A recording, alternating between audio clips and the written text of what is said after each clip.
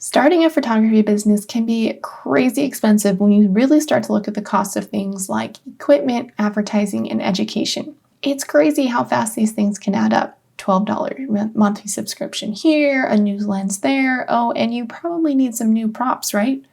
Before you know it, you've spent more money than you made this month, which is not really the point of a business, right? We got into business to make money, not lose money. Yet, often I hear about photographers who are losing money on their business, and that is no good, my friends. In this episode, I'll be sharing the top ways you can start your photography business on a budget, so you can feel savvy and confident that you're being responsible and getting your business up and running now. Welcome to the Wise Photographer Podcast with your host, Chelsea Wise. Each week, Chelsea is bringing you the best tips and tricks to help you create a joyful, profitable, more purpose-filled photography business. Chelsea is a wife and mom of two who has built a thriving photography business in her tiny hometown in western North Dakota. Without further ado, here's your host, Chelsea Wise. We've all heard the phrase that you have to spend money to make money. While this is partially true, it doesn't mean you have to spend all your money. Today, I'm sharing the top 5 categories where you can save money and sharing with you the things that I've found that have made the most bang for my buck when starting my photography business. So let's start with learning. One of my favorite things about photography is there's so much to learn. There's new techniques, business practices, the ways of controlling your light. The education inside your business truly is never finished. You will always be growing and learning as a business owner and as an artist. And that's a good thing. In life, if we're not growing, we're dying, and the same is true in your business.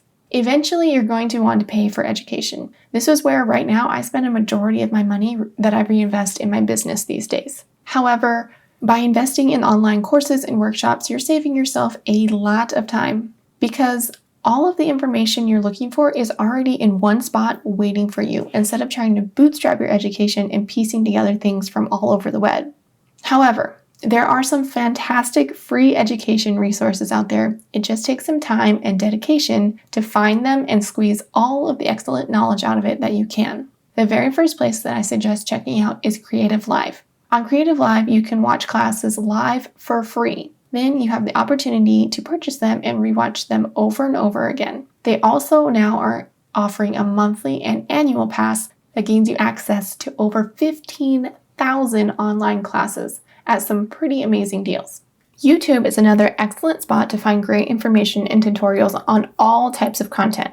My best advice for YouTube is if one video isn't making much sense to you, try the next time. Sometimes you might not get someone's teaching style, and that's just okay. Move on to the next video. However, the number one thing that is going to teach you the most and is absolutely free is practice. Practice learning your camera. To be a photographer, I truly believe that you need to be able to shoot in manual. You've heard me say this before, and I'm gonna say it again. Digital cameras are free to practice on compared to film cameras, since you don't actually have to pay to develop your film rolls. So practice away. If you're just starting to learn manual, I created a free camera setting cheat sheet, which you can print off and take with you on your next practice shoot. You can find this in the link below or by heading to thewisephotographerpodcast.com. When it comes to equipment, please understand that the top-of-the-line cameras are something that you're going to work towards. It's not something that you need from the get-go. I personally shot my first 2 years of my business on a Nikon D5100. I learned everything that I could about that camera. And then I finally upgraded to a used Nikon D3S. Purchasing used gear is a great way to work your way up. When I first started shooting weddings, I did not have 2 cameras. And when you shoot weddings, you want 2 cameras. Because the last thing that you want to have happen is for your camera to break or malfunction and not have some type of a backup camera. I would actually rent a second camera body, making sure that I would include it in the price of the wedding when I first started shooting because I didn't have the second backup camera. This let me try out different camera bodies and decide what I wanted to upgrade to. Now you have to remember that I live in the middle of nowhere, North Dakota, so I use lensprotogo.com to rent all of my gear. This was a great way to try out new cameras and try out different lenses before deciding to purchase them. Now, if you have a local camera shop, you might be able to go in and rent from them or to test them out, get to hold cameras in your hands before you purchase them. For me, that wasn't really an option since we don't have any camera shops anywhere near where I live. That's why I loved Lens Pro to go. It was super easy to find the gear that I wanted, reserve it, and it shipped in a Pelican case, which was super handy as well. Now we're going to kind of move on to props. Now props can add up real high, real fast. The first place I always look if I ever need any type of prop is my house. Shopping your own home is a great way to save money on photography props. Now, here's a little hack. A white sheet can be used for so much in photography. It can make a great diffuser on a window for if you're diffusing natural light. It's also a great way to bounce light back onto a subject. A white poster board also makes a great reflector and only costs a couple bucks. Eventually, you will be able to invest in props for your business, but always remember to shop your house first because you might be able to find something that you can use that doesn't cost you anything at all. All right, let's chat about marketing and your online presence. So let's dive into your online presence first. When it comes to your website, I highly suggest starting out with WordPress. Now, WordPress is free, but you do have the cost of your domain and the cost of your hosting, which isn't really that high. WordPress is the most used and trusted platform for blogging. You can find WordPress site templates at almost any price point. Now, I use Showit for my site designs, which integrates with WordPress. Now, Showit is a great platform, and I love how easy it is to drag and drop and create beautiful websites, but it's kind of spendy right out the gate. It's something that I would definitely make sure that you have a steady income of your business coming in and you're able to pay for that monthly fee before or the yearly subscription before investing in it. Now, when it comes to email marketing, however, my favorite company, hands down, is Flowdesk. Flowdesk makes it incredibly easy to create branded emails on a budget. They have a ton of pre-designed and even pre-written emails to help you get your creative juices flowing. Their emails are super easy to customize with your branding colors and fonts and photos. You can create workflows, welcome sequences, and so much more. Flowdesk really is the best. And my favorite thing about them is it's all included for one flat fee of just $38 a month. No getting penalized for growing your list or sending more emails. Your price doesn't ever go up. There's no tiered pricing thing where like you can only send this many emails for this much, but if you want to send more emails, you have to pay more money. That's not the case with Flowdesk. You can send unlimited amount of emails to an unlimited amount of subscribers. Now, I've got something a little super exciting for you guys too. Flowdesk is giving listeners of the Wise Photographer podcast 50% off your first year. Yep, that's right. You can get Flowdesk for less than $20 a month with the code WISEPhotographer. That's WISE Photographer. Or you can head down in the show notes below to get a direct link. What's even better is you get to try Flowdesk for free for 30 days, and you don't even have to put in your credit card. Like, totally risk-free. Remember, the code is WISEPhotographer, and you will get 50% off after you use your free trial. All right, now that we've got you looking like a professional on your website and your email marketing, it's time to make sure that your graphics look just as swell everywhere else. This is where my favorite and free design tool comes in, Canva. If you haven't checked out Canva yet, you are missing out. Canva has completely replaced Photoshop for me when it comes to design work. I can create graphics like Instagram quotes, marketing pieces for Facebook, pins for Pinterest, and different banners for my website, all inside Canva. My favorite part of it is that it's all stored online, so I can access my digital designs and my templates from any computer with internet access. Canva does offer a paid option as well, where you can store your branding colors and fonts and all that fun jazz. And I have decided to invest in that, which has been really great with working with my team. However, you really don't need to do the purchased pro version of Canva when you're just starting out. You can use it totally for free and really look like a professional designer. All right, speaking of social media is the #1 spot to market your business for free. The key to using any type of social media for marketing is to be consistent with it. So you need to pick a schedule and stick with it. My best advice here is schedule your stuff in advance. Now, you can use the native scheduling tools inside Facebook to do this batch working. Just remember that you don't have to be everywhere at all the time. Go ahead and just pick one or two platforms. So maybe you pick Facebook and Instagram, or maybe just focus on Instagram. Make sure that you really consider where your audience is showing up, where they hang out the most, so that you can hang out there too. Eventually, you may want to invest in tools like Tailwind or Plan, which are going to help you get more strategic on your marketing plan.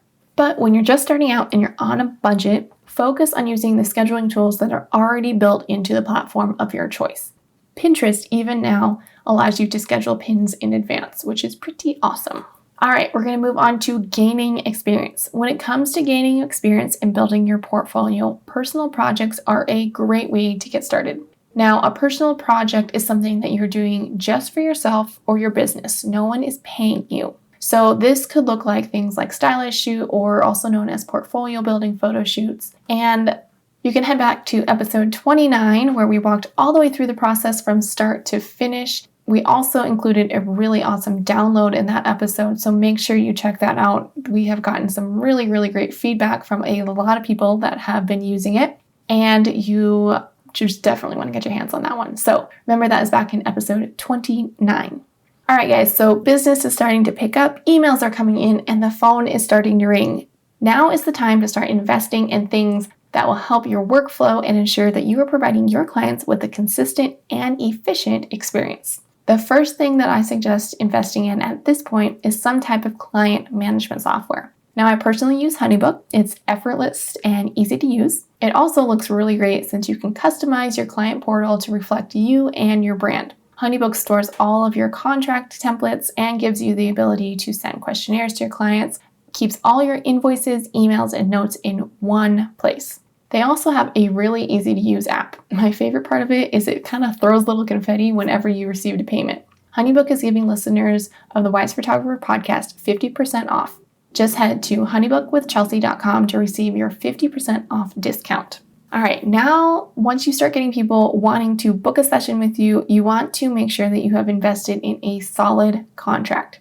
Shop Creative Law is my go-to spot for all things legal. Make sure that you are keeping yourself and your clients protected legally. This is why it is so important to have every single one of your clients sign a contract. That needs to be a non-negotiable in your business.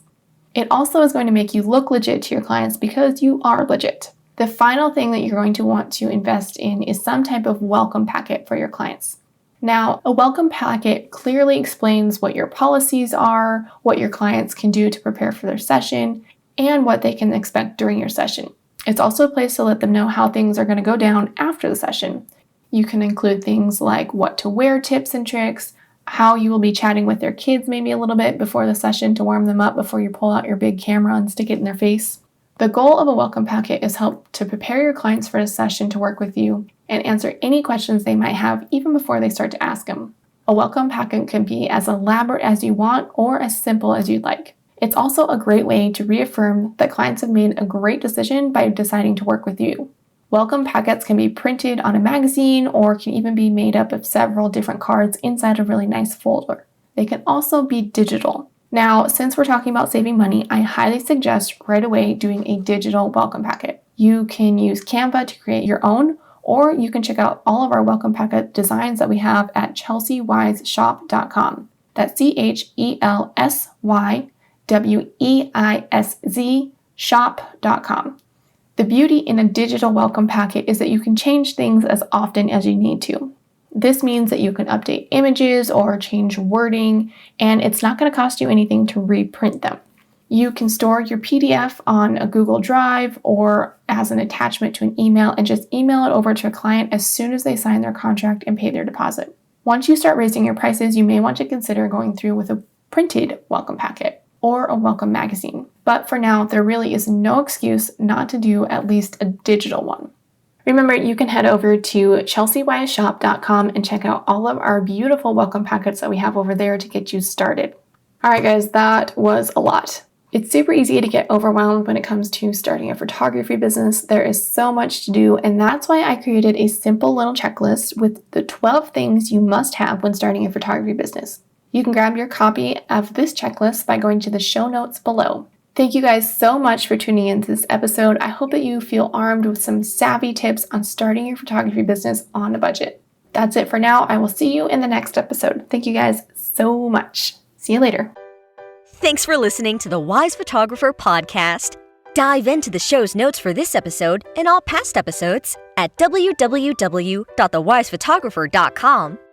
If you loved the show, share it with a friend. Thanks for tuning in, you Wise Photographer, you.